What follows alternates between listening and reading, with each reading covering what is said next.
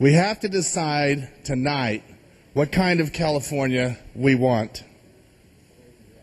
Whether or not we want a California that offers quality education for our children, or whether or not we want a California that allows a free ride for oil companies. It's going to be a very interesting evening, a very interesting debate, because I think what we're going to have tonight is a good old-fashioned political drill.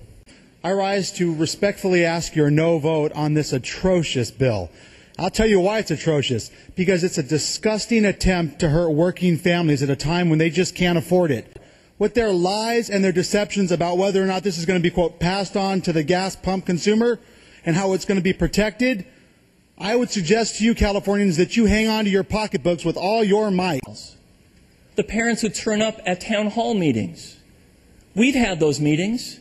And we know what that's like, to look a parent in the eye with kids sitting in their laps when they say, what are you going to do to protect our kids right now?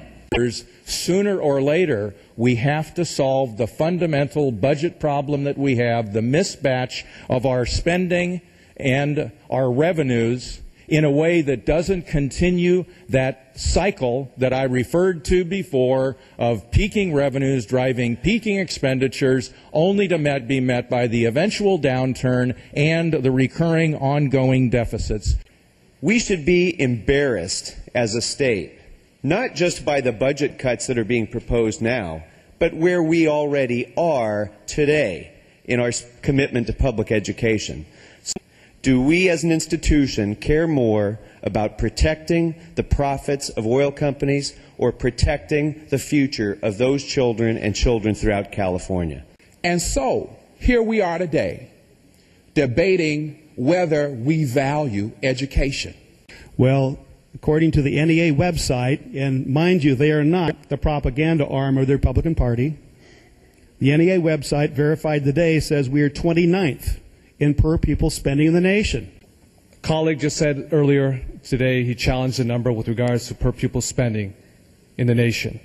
We are, in fact, the 46th in the nation in per pupil spending. We care about the people in our community, and we hate these stupid type of discussions where we're wasting the people's time and we're wasting our talent doing this kind of nonsense. I think we should strap in, and we should settle in for the long haul.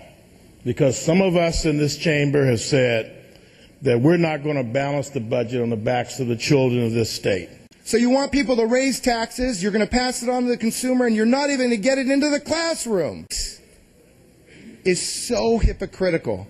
We pass Brown Act measures on local government, we tell them how they can operate. But when each one of us, me included, go to the pump, and we put in 14 or 15 gallons, and that thing hits over $50, we feel no pain. And that's why we are hypocritical. I think this bill tonight, why don't we name it the Let's Import More Oil Act? You know, one thing you can count on when you increase the tax on something, that there will be less of that product or activity after you raise the tax on it. Yeah, some of you think this is a drill. I'll tell you what, I don't disrespect you, but don't disrespect me. Because if your definition of a drill is a piece of legislation that doesn't have the necessary votes, but you bring it up for a vote anyhow, then that would be like me saying to my Republican colleagues, don't introduce any legislation when you come to legislature unless you have the Democratic votes. Then that would reduce every bill you introduce as a political drill or a media stunt or whatever it is that you might want to define it as.